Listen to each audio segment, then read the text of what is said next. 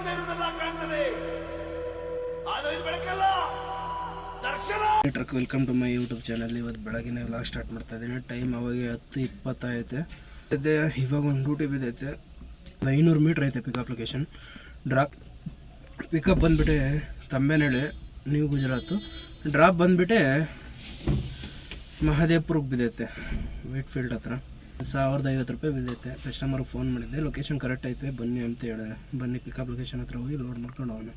ಇದೇ ರೋಡ್, ಮುಂದೆ ಲೆಫ್ಟ್ ಎತ್ಕೋಬೇಕು. ಇದೇ ಲೆಫ್ಟ್ ಗುಜರಾತ್,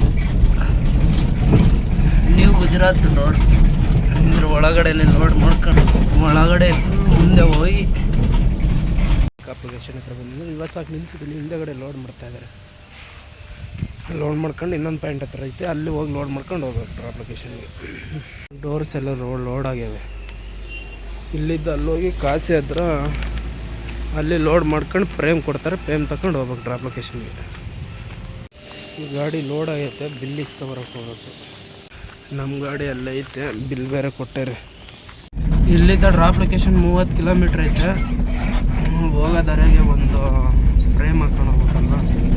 ಇಲ್ಲಿದ್ದ ಇನ್ನೂ 2 ಕಿಲೋಮೀಟ್ರ್ ಐತೆ ಪಿಕಪ್ಪು. ಹಿಂದೆ ಅಂಗಡಿ,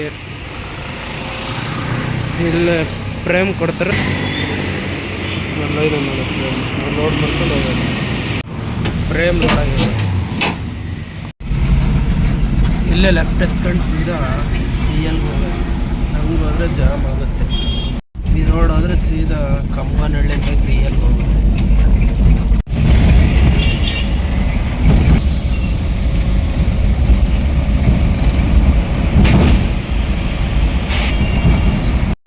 ಅದೇ ಮೇನ್ ರೋಡು, ಇದೇ ಬಿಲ್ಡಿಂಗು.